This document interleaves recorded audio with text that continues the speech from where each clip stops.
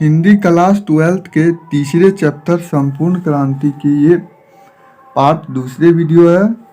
पहले वीडियो में हम लोगों ने जाना था कि जयप्रकाश नारायण के बारे में परिचय, और इस वीडियो में हम लोग जानने वाले हैं संपूर्ण क्रांति के संपूर्ण प्रश्न उत्तर के बारे में, जिनमें आपका पहला प्रश्न है। बोर्ड एग्जाम में पूछा जाता है आप लोगों का प्रश्न इस टाइप का 2 नंबर और 5 नंबर में भी, तो आप लोगों को ये सारा प्रश्न याद कर लेना होगा।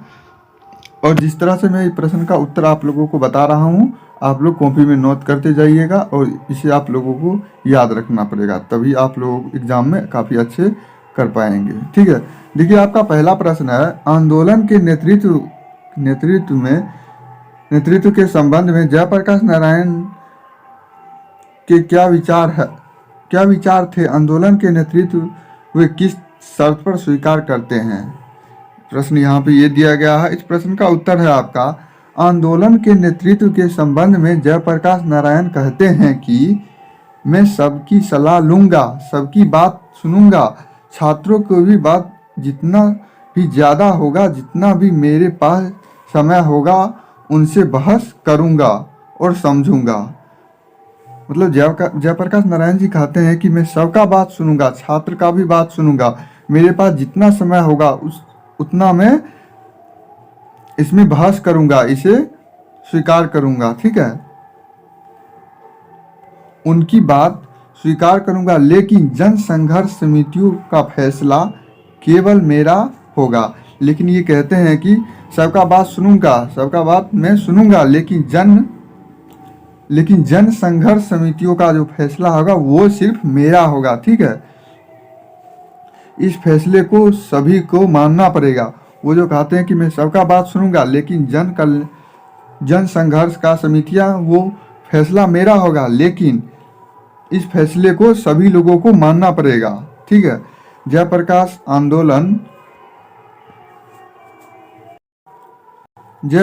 आंदोलन का नेतृत्व अपने फैसले पर करते हैं।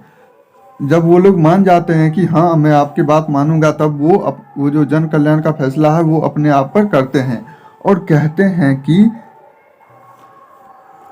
तब तो इस नेतृत्व का कोई मतलब है, तब यह क्रांति सफल हो सकती है, नहीं तो आपस में बहसों में पता नहीं हम किधर बिखर जाएंगे और क्या नतीजा निकलेगा। कहने का मतलब है कि आपस में हम लोग बिखर जाएंगे और कुछ भी पता इसमें नतीजा प्राप्त नहीं होगा। ठीक है, इसलिए आपका अगला प्रश्न है, आपका दूसरा प्रश्न दिया गया है, जयप्रकाश नारायण के छात्र जीवन और अमेरिका प्रवास का परिचय दे।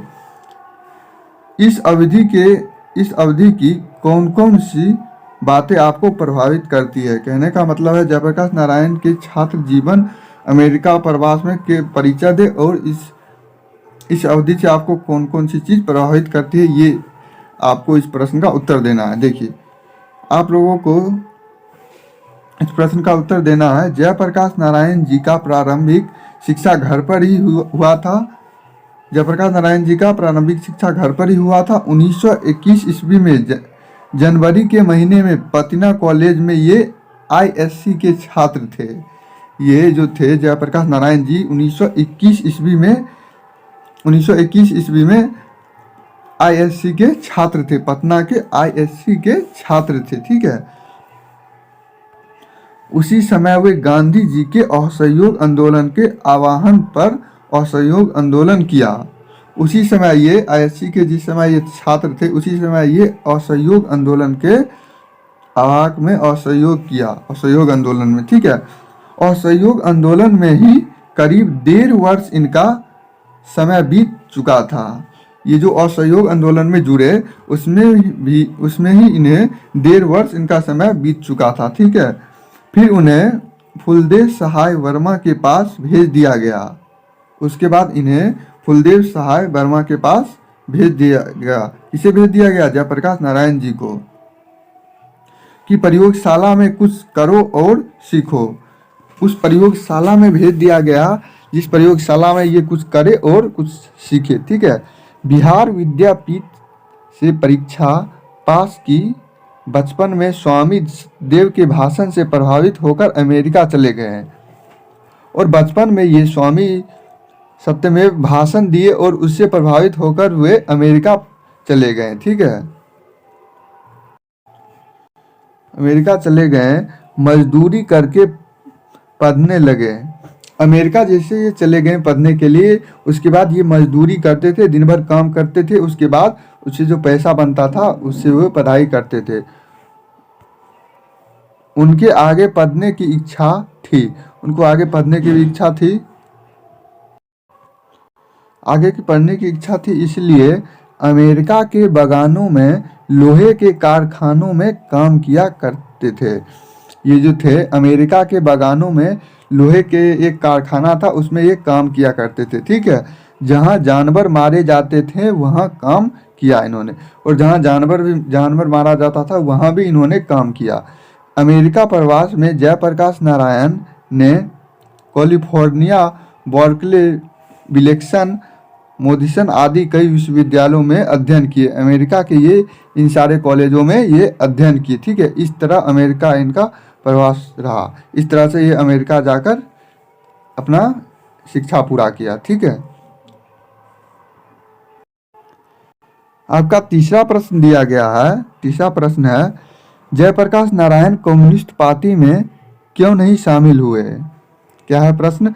जयप्रकाश नारायण जी कम्युनिस्ट पार्टी में क्यों नहीं शामिल हुए? तो आप इस प्रश्न का उत्तर है, जयप्रकाश नारायण ने लेनिन से सीखा था, जो गुलाम देश है वहाँ के जो कम्युनिस्ट है उनको हरगिज वहाँ की आज़ादी की लड़ाई से अपने को अलग नहीं रखनी चाहिए। ठीक है,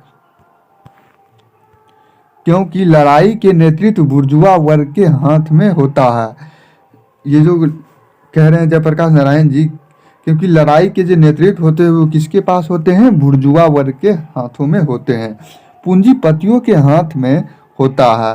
बुर्जुआ वर्ग के हाथ में होता है, पूंजीपति वर्ग के हाथ में होता है। अतः कम्युनिस्ट को अलग नहीं रखना चाहिए। अतः कम्युनिस्ट पार्टी को अलग नहीं रखना चाहिए, साथ रखना चाहिए। ठीक है, अपने को आइसोलेट नहीं रखना चाहिए। इसलिए जयप्रकाश नारायण आज़ादी के खातिर कांग्रेस में शामिल हुए, क्योंकि कांग्रेस देश का नेतृत्व कर रही थी। क्यों शामिल हुए? क्योंकि कांग्रेस जो थे वो देश का नेतृत्व कर रहे थे, इसलिए वो इस कांग्रेस में शामिल हुए। ठीक है,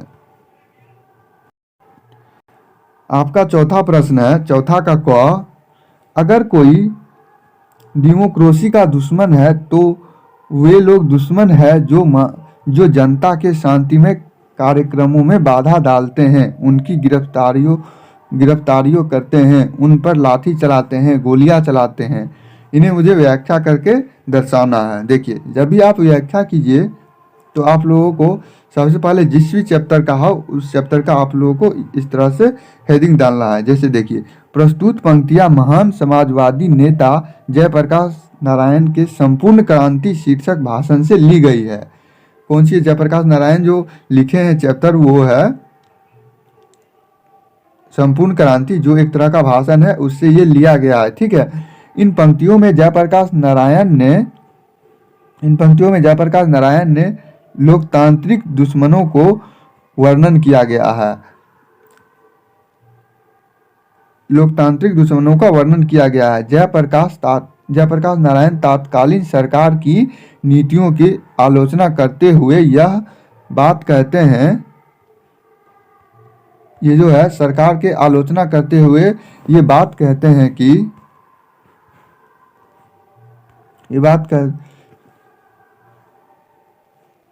बात कहते हैं, प्रसंग यह है कि एक पुलिस के उच्चाधिकारी ने कहा कि नाम लेना यहाँ ठीक नहीं होगा कि मैंने दीक्षित जी के मुंह से सुना है कि जयप्रकाश नारायण नहीं होते तो बिहार जल गए होते। कहने का अर्थ है, जयप्रकाश नारायण जी नहीं होते तो ये बिहार जल गए होते। ठीक है, जब जयप्रकाश नारायण यह सोचते हैं कि सारा जयप्रकाश के लिए है, उनके नेतृत्व में यह प्रदर्शन और यह सभा होने वाली है, क्यों लोगों को रोकता है जनता से घबराते हैं, जनता से घबराते हैं, जनता के आप प्रतिनिधि है, इनकी तरफ से शासन करने बैठते हैं। कहने का मतलब है ये जो जयप्रकाश नारायण जी नहीं होते तो सारा बिहार जल गया होता, ठीक है, आंदोलन से।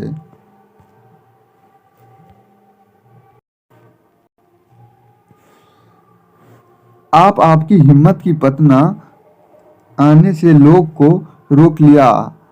आप यहाँ लोकतंत्र है और लोकतंत्र में किसी भी व्यक्ति को शांतिपूर्ण सभा करने का अधिकार है, ठीक है। ये बता रहे हैं कि शांतिपूर्ण सभा करने का अधिकार है, एक तरह से न्याय व्यवस्था से करनी चाहिए हमें ये आंदोलन, ठीक है। अब देखिए इसका दूसरा प्रश्न है 4 का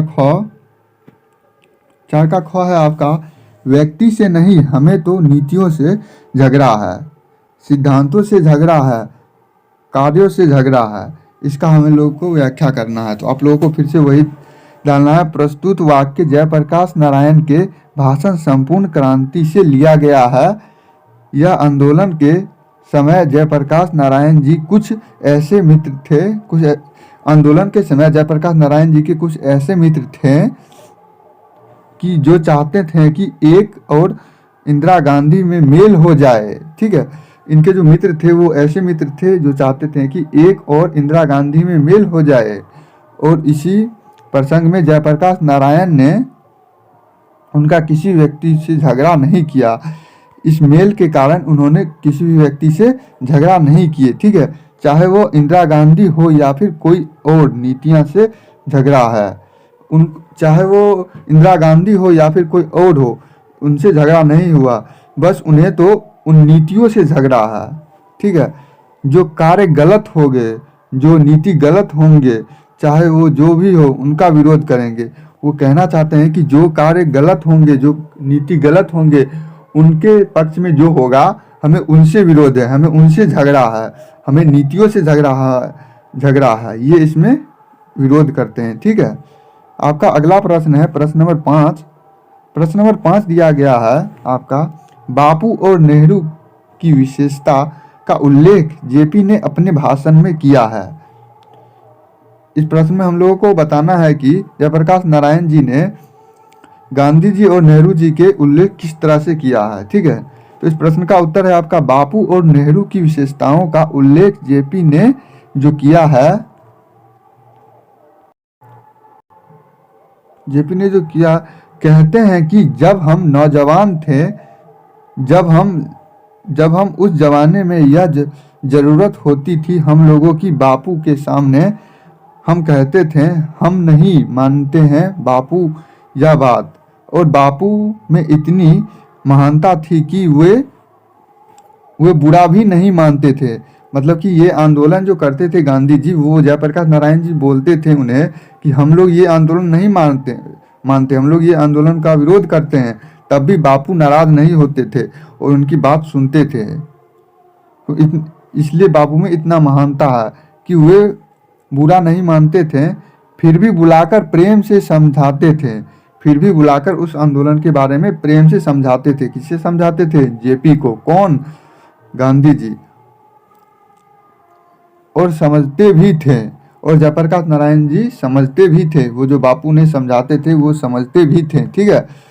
जेपी कहते हैं कि जवाहरलाल नेहरू मुझे बहुत मानते थे। जेपी जो कहते थे, जयप्रकाश नारायण जी, जवाहरलाल नेहरू जी थे, वो मुझे बहुत मानते थे और मैं उनका बहुत आदर करता था। और जयप्रकाश नारायण जी नेहरू जी के बहुत आदर करते थे, परंतु उनकी कटु आलोचना भी करता था, लेकिन उनका नीति का विरोध भी करता था जयप्रकाश नारायण जी, ठीक है। लेकिन बड़प्पन था कि वे अभी बुरा नहीं मानते थे। लेकिन ये नेहरू जी का बड़प्पन था कि उनके विरोध करने के बावजूद भी वे जेपी से बुरा नहीं मानते थे, ठीक है।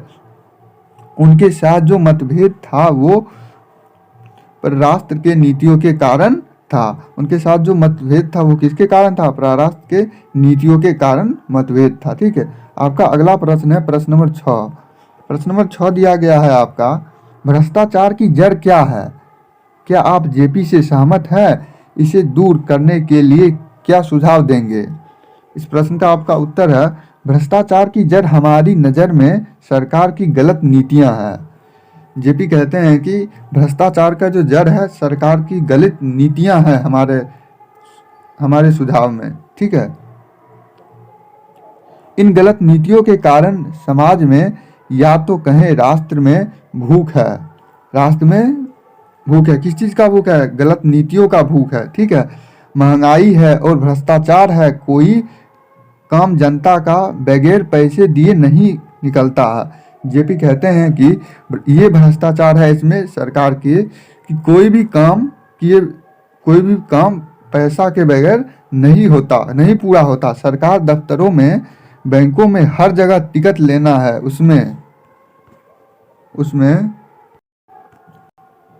उसमें जहां भी हो पैसे के बगैर काम नहीं होता। मतलब कहते हैं जेपी जी कि कोई भी काम बगैर पैसे का, बिना घूस के नहीं पूरा होता। हमें इस नीति से विरोध है, ये कहते हैं।